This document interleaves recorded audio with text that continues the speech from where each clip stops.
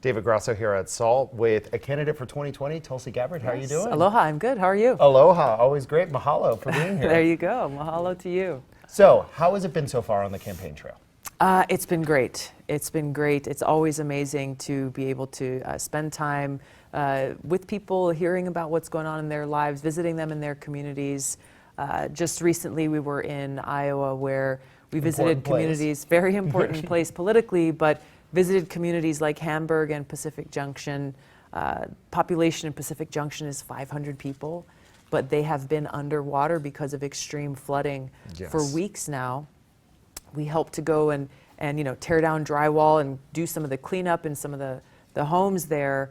But these are folks who are still dealing with big struggles that are no longer in the headlines, but who are talking about, why is our infrastructure failing us? Sure. Why are we dealing with these challenges in the first place? So, it's always amazing to be able to not only hear from them, but to lift up their experiences and their struggles and to talk about why I'm running for president, to be able to help solve these problems. So let's talk about a major problem that bedevils American life, healthcare. Yeah. No matter what side of the aisle you're on, we all know that the present system isn't working. That's right. The system that you're advocating for, though, is wildly expensive and would replace employer-provided healthcare, which is, seen as a model for many healthcare systems in the world. Of course, Medicare, all the socialized aspects of our insurance system aren't so great for a lot of people. Well, let's just talk about the current state of affairs, Sure. first of all, because you're right.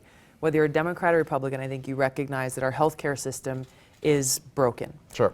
It's more of a sick care system than a healthcare system, leaving far too many people behind. We have still millions of people in this country who have no healthcare insurance whatsoever.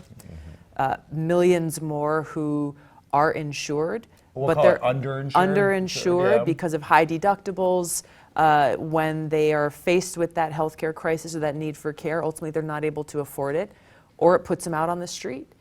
People are one healthcare emergency away from total bankruptcy. Of course. So ultimately we're in a place where we have big insurance companies and big pharmaceutical companies are the ones who are making vast profits.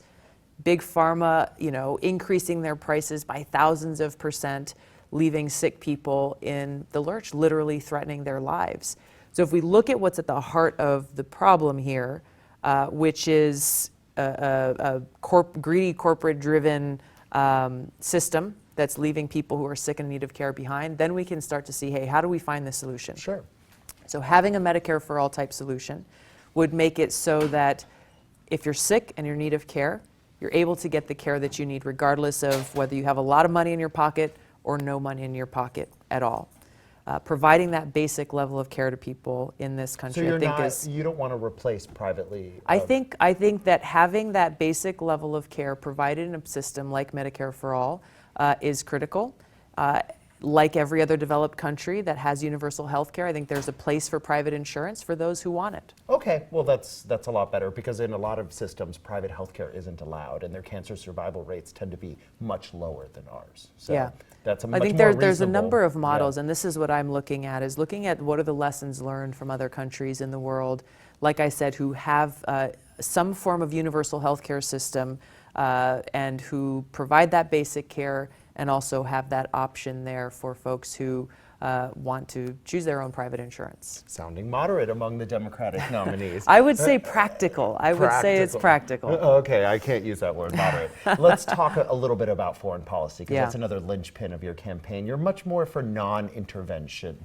And that's kind of anathema to what we've been doing for quite some time, since the Monroe Doctrine in this country. And it has been devastating for the American people and for other countries when we've had leaders from both political parties continuing this destructive regime change war policy that's been so costly on our men and women in uniform. I'm a soldier. I've served over 16 years in the Army National Guard. Thank you for your service. Been deployed twice to the Middle East and seen firsthand the high human cost of war. This has been costly not only for our troops and on our veterans and military families, but it's been huge. It's taken a huge toll on the American people. The trillions of dollars. We spent $6 to $8 trillion on these regime change wars since 9/11 alone, which doesn't even include how much more we'll be spending on taking care of our men and women when they come home and lay down the uniform in providing those services to them. Those are trillions of dollars that are being taken out of our pockets.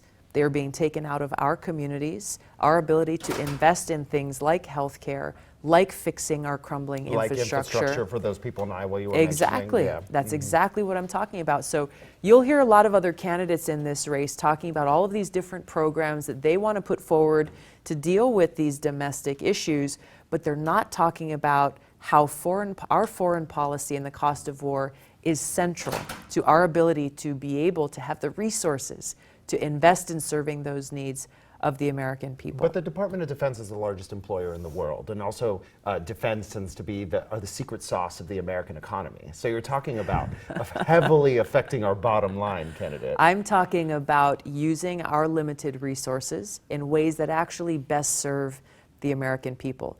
To say that we should just continue to throw money towards more wasteful, destructive regime change wars to support our economy, something that's not true, first of all, and it actually is undermining our ability to build a strong economy. It's undermining our ability to invest in small businesses, to invest in creating these opportunities for people here at home.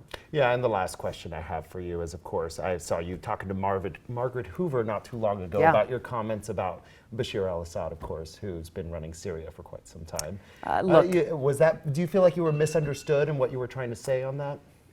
The problem with a lot of the criticism that we're hearing, it's coming from people who would rather see the United States taxpayer dollars go to support terrorist groups like Al-Qaeda in Syria, which has been U.S. policy back when in 2011, when this war began, to further the regime change war in Syria.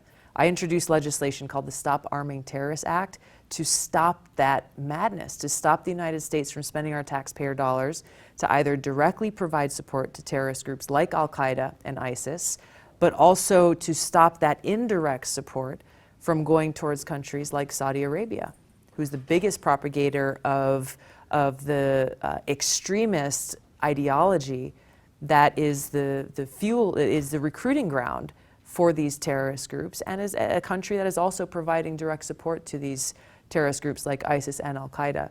My point is twofold. One is we need to end these wasteful regime change wars that don't serve the interests of the American people and make life worse for the people in countries like Syria. And secondly, in our pursuit of peace and security, we have to have leaders with the courage to have those conversations, to meet with adversaries or potential adversaries, because the only alternative to having those diplomatic conversations is war.